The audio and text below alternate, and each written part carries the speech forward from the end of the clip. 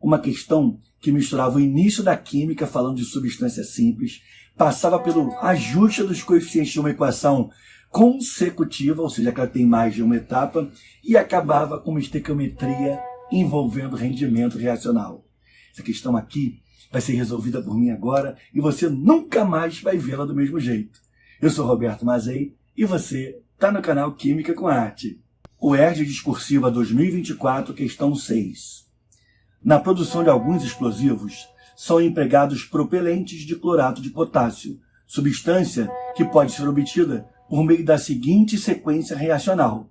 Ele mostra então as duas etapas da produção do clorato de potássio. Identifique a substância simples presente nas duas equações da sequência reacional e, considerando a produção de 24,5 gramas de clorato de potássio com rendimento de 80%, determine em gramas a massa de MnO2 consumida no processo.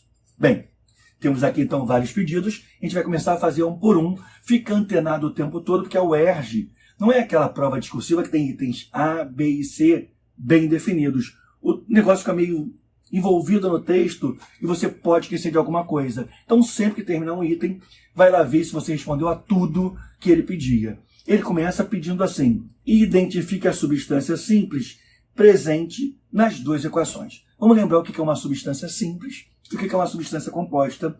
A substância simples é aquela cujas moléculas são formadas por átomos de um mesmo elemento químico. Deixa eu te dar exemplo, deixa.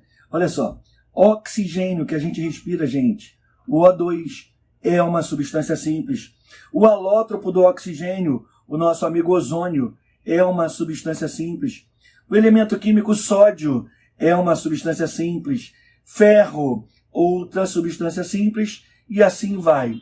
Substâncias simples, moléculas formadas por átomos de um mesmo elemento químico. Ah, mas aí a composta, que não está na prova, mas é legal a gente falar, né, gente? A composta é quando as moléculas da substância são formadas por átomos de mais um elemento. A água é uma substância composta. NaOH é uma substância composta. E o bacana aqui é você saber quantos átomos de quantos elementos existem. Por exemplo, na água, você tem uma substância composta formada por átomos de dois elementos químicos, hidrogênio e oxigênio. Dois átomos do elemento hidrogênio e um átomo do elemento químico oxigênio. Sacou? Então, feito isso, a gente volta para a questão e a gente já mata isso. A substância simples formada aqui é aquela formada por um único elemento químico e nós temos o clorocl2, que está nas duas etapas. Muito importante lembrar, gente, que ele cita essas duas etapas como fundamentais para a ocorrência das duas substâncias simples. Matamos. Você vai no teu padrão de resposta e escreve. E aí você vai então escrever no teu padrão de resposta. Substância simples, Cl2. E vai lá na questão e já risca esse pedido dele. Ó, identifique a substância simples presente. Já matamos. E risca essa solicitação, porque aí você já sabe tudo que você respondeu. Assim você vai se organizando, tá ligado? Vamos seguir para o resto? Considerando a produção de 24,5 gramas de clorato de potássio com rendimento de 80%, determine a massa em gramas de MnO2. Aqui eu vou fazer um zoom dessa reação para você ver. Porque toda vez que você tem uma reação consecutiva, para fazer o cálculo, repara que ele fornece a massa do clorato de potássio. E o clorato de potássio está na segunda linha da sua reação. E ele quer saber a massa do MnO2 que vai ser necessária. E o MnO2 está na primeira linha. Cara, te daria muito trabalho tu fazer o cálculo para a primeira etapa, para depois entrar na segunda etapa. Então, eu te aconselho sempre a fazer uma reação global aqui. Lembrando que o cloro aqui, gente, ele nada mais é do que um intermediário químico. Mas, ei, o que é um intermediário químico? É aquele cara, gente, que é obtido numa etapa, repara, o cloro foi produzido aqui para ser utilizado na segunda etapa. Então você tem que dar um jeito de obter uma reação global daqui. Vamos fazer isso? Vamos? Se liga só. E o trabalho de obter a reação global vai começar justamente cortando o intermediário químico. Mas repara uma coisa, aqui você tem 1 mol só de Cl2, tá ligado? E aqui você tem 3. Para cortá-los, você tem que igualar esses números de mols. Muita gente tem dúvida nisso. Por quê, Mazei? Porque ele é um intermediário. Ele foi produzido para ser todo usado. Então, nós vamos multiplicar a reação de cima toda por 3. Mazei, por quê? Por 3. Para cortar o cloro. Sacou, gente? A gente pega, então, uma cor bonitinha aqui e multiplica essa reação aqui toda por 3. Ó. Aqui é 1, eu multiplico por 3. Aqui é 4, eu multiplico por 3 e vou ficar com 12. Aqui é 1, eu multiplico por 3. Aqui é 2, eu multiplico por 3, vou ficar com 6.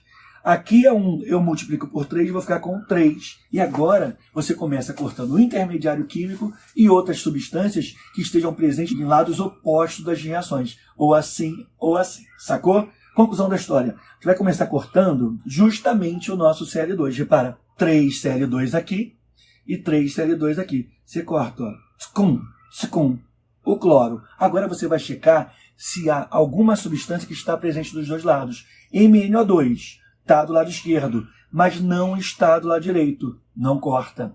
HCl está do lado esquerdo, mas não está do lado direito. Cuidado com a água, porque a água está presente 2 vezes do lado direito. E aí se soma. Se estiver do mesmo lado, igual sistema matemático, você soma. Vamos fazer a global? Vamos? Se liga só. Eu vou dar uma apagadinha aqui para a gente poder enxergar melhor. Depois eu risco de novo que a gente já fez. Então vamos lá. Eu tenho aqui 3 MnO2, 12 HCl, mais 6 KOH. Do lado dos reagentes, nós temos essas espécies. Vamos para os produtos. Se liga só. O que sobrou nos produtos? 3 MnCl2. 3 MnCl2. Agora o KClO3.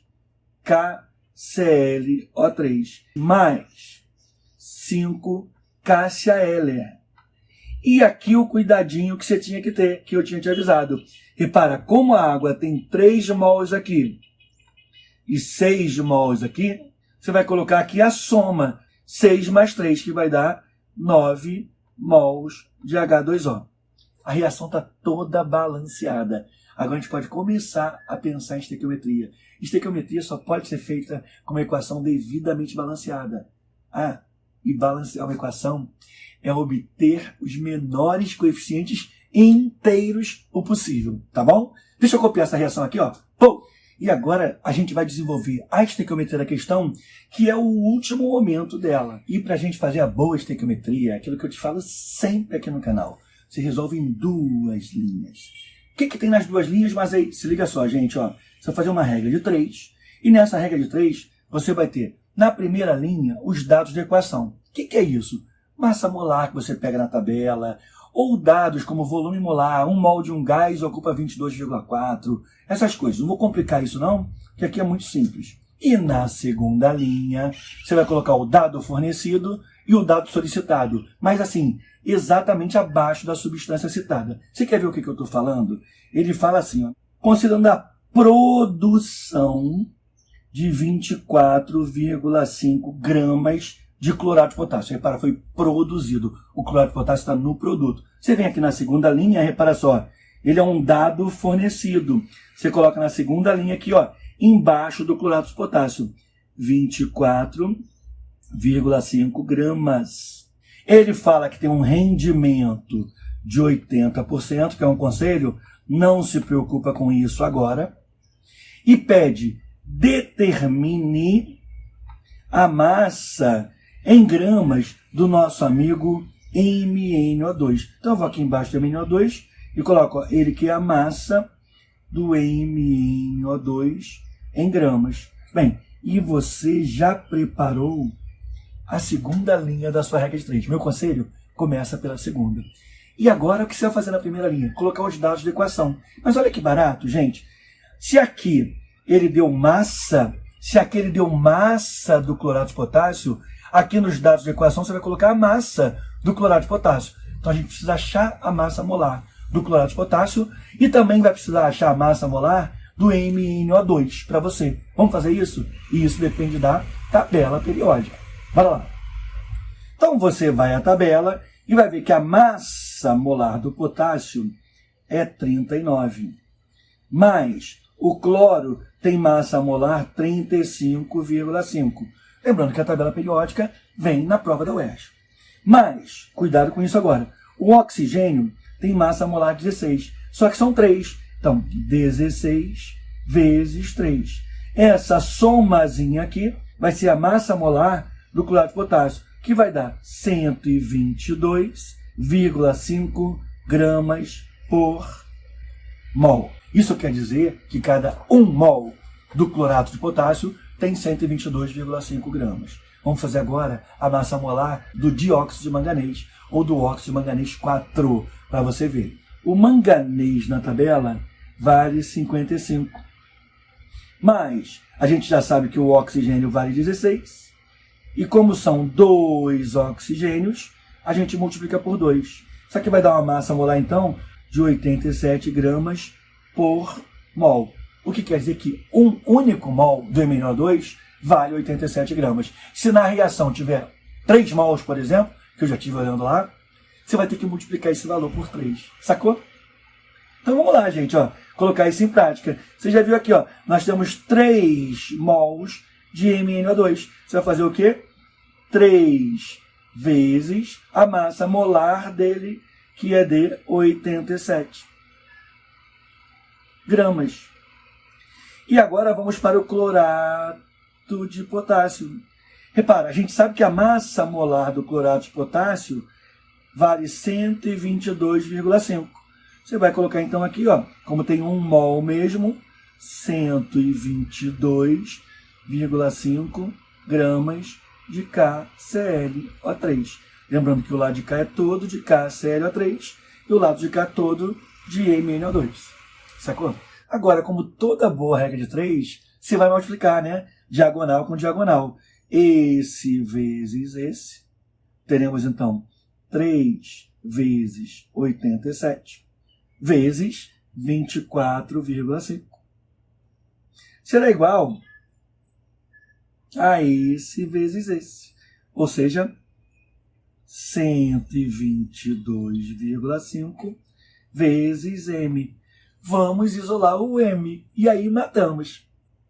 M, então, será igual a 3 vezes 87 vezes 24,5 sobre 122,5.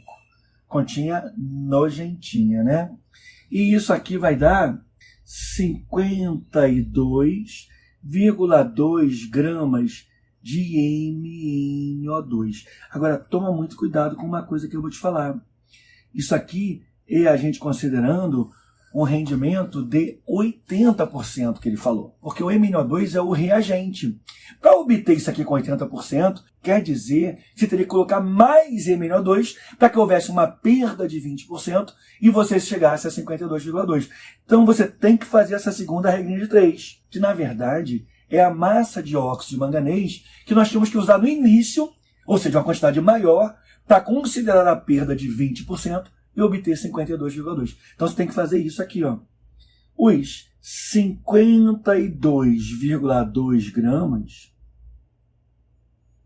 do MnO2 nós obtivemos considerando um rendimento reacional de 80%. Voltando, mas você tinha que ter uma quantidade maior, porque aí com 80%, que já havia uma perda, você obtinha 52,2. E quanto seria essa quantidade maior? Seriam os 100%.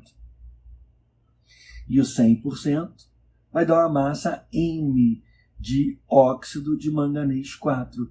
E essa massa M de óxido de manganês 4 vai dar 65,25 gramas. E você, com isso, então, fez tudo o que a questão solicitava. Determine a massa do nosso amigo MnO2. Questão maneira, na minha opinião, uma questão para o pessoal forte, bonita, né? Uma resolução belíssima, clara para você. Espero que você tenha curtido. Se você curtiu, não esquece de considerar se inscrever no canal Química com Arte. Canal de Química Raiz, com vídeo novo o tempo todo e revisão. Revisão a cada questão para você. Te vejo na próxima. Valeu? Até lá!